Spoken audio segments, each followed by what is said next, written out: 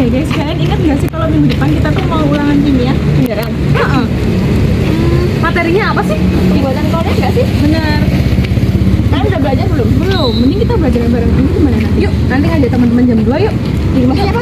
Di rumah Dian. Yuk.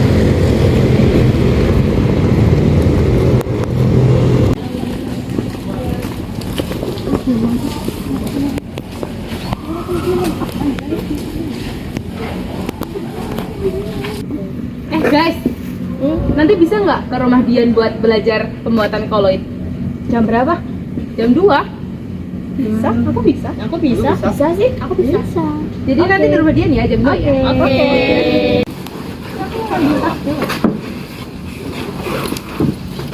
Yuk. Yuk.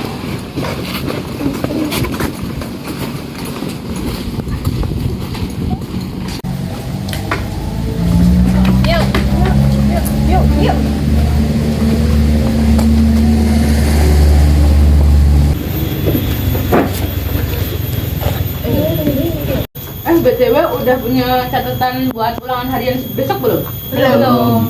Aku udah nih. Oh, udah ada. Kalau kamu nyatetnya udah sampai mana? Aku nyatetnya baru sampai yang di pengertian pembuatan koloid aja. Oh yaudah, berarti kamu nanti bacain pengertiannya biar yang lainnya nyatet ya. Oke. Pengertian koloid adalah campuran heterogen dari 2 yod atau lebih, di mana partikel-partikel yod berukuran antara 1 hingga 1000 nm terdispersi atau tersebar merata dalam medium yod lain. Yod yang terdispersi sebagai partikel disebut fase terdispersi.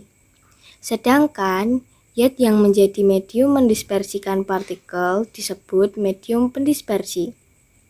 Secara makroskopis, koloid terlihat seperti larutan, di mana terbentuk campuran homogen dari yod terlarut dan yod pelarut. Namun, secara makroskopis terlihat seperti suspensi, yakni campuran heterogen di mana masing-masing komponen campuran cenderung saling memisah. Warna pada cat berasal dari warna pigmen yang sebenarnya tidak larut dalam air ataupun medium pelarut lainnya. Namun demikian, cat terlihat seperti campuran yang homogen layaknya larutan garam dan bukan seperti campuran homogen layaknya campuran pasir dengan air. Hal ini terjadi sebagaimana cat merupakan sistem koloid dengan pigmen terdispersi dalam air atau medium pelarut cat lainnya. Udah guys, aku cuma sampai situ aja pengertiannya. Oke. Yang lain udah ada yang nyatet materinya belum? Aku udah, yang sifat-sifatnya. Yaudah, berarti kamu bacain kayak tadi ya. Oke. Sifat-sifat koloid. 1. Efek Tyndall. Ketika seberkas cahaya diarahkan kepada larutan, cahaya akan diteruskan. Namun, ketika berkas cahaya diarahkan kepada sistem koloid, cahaya akan dihamburkan. Efek penghamburan cahaya oleh partikel koloid ini disebut efek Tyndall. Efek Tyndall dapat digunakan untuk membedakan sistem koloid dari larutan. Penghamburan cahaya ini terjadi karena ukuran partikel koloid hampir sama dengan panjang gelombang cahaya. 2. Gerak Brown. Secara mikroskopis, partikel-partikel koloid bergerak secara acak dengan jalur patah-patah atau zigzag dalam medium pendispersi. Gerakan ini disebabkan oleh terjadinya tumbukan antara partikel koloid dengan medium pendispersi. Gerakan acak partikel ini disebut gerak Brown. Gerak Brown membantu menstabilkan partikel koloid sehingga tidak terjadi pemisahan antara partikel terdispersi dan medium pendispersi oleh pengaruh gaya gravitasi. Dan nih bagian sifat-sifat cuma itu aja. Yang jenisnya ada yang udah nyatet belum? Aku udah nih, aku bacain ya. Untuk jenis-jenis koloid dibagi menjadi 8. Yang pertama, Sol. Sistem koloid ini terbentuk dari fasa terdispersi berupa padatan dan fasa pendispersinya berupa cairan. Contohnya emas, tinta, dan cat. Kedua, sol padat. Sistem koloid ini terbentuk dari fasa terdispersi yang berupa padatan dan fasa pendispersinya merupakan padatan. Contohnya gelas berwarna dan intan hitam. Ketiga, aerosol padat. Koloid ini terbentuk oleh fasa terdispersi berupa padatan dan fasa pendispersinya berupa gas. Contohnya, asap dan debu. Keempat, emulsi. Koloid ini akan terbentuk oleh fasa terdispersi berupa cairan dan fasa pendispersinya cairan.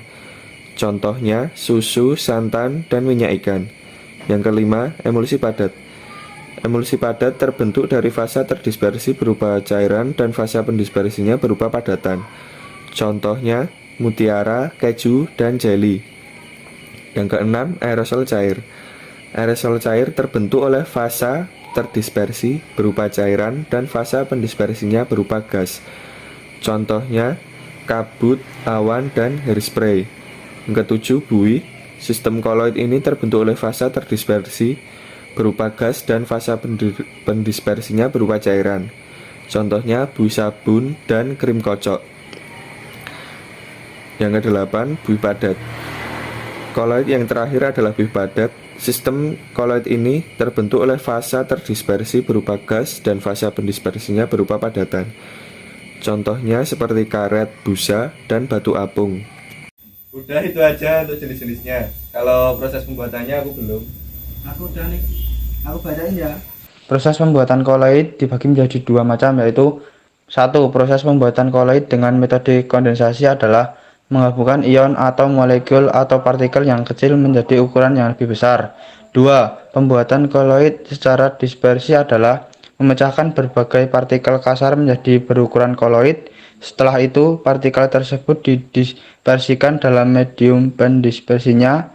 Ada tiga teknik pembuatan sistem koloid dengan metode dispersi, yaitu mekanik, peptidasi, dan busur Bragg.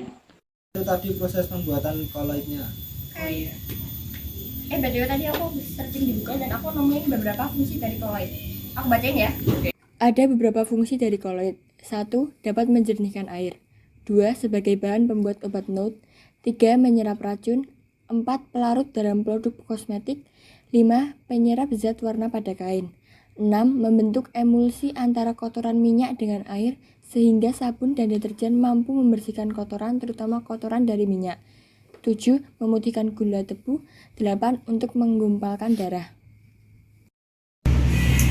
Jadi ini buat materi ulangan harian pembuatan koloid udah semua kan? Udah. Ya udah kita pulang yuk, udah sore. Yuk, yuk, yuk.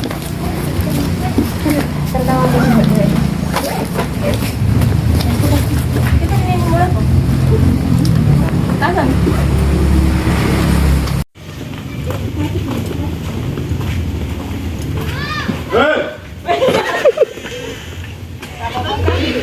Dewan deh.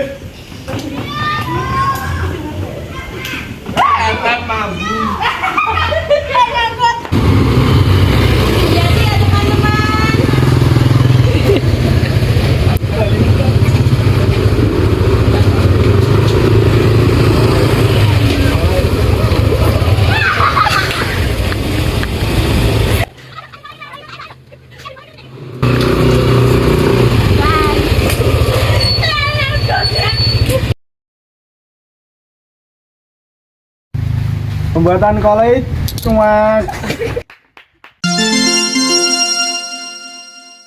Cok, doi. Ada yang tahu? Positif. Sudah. Ini, yo.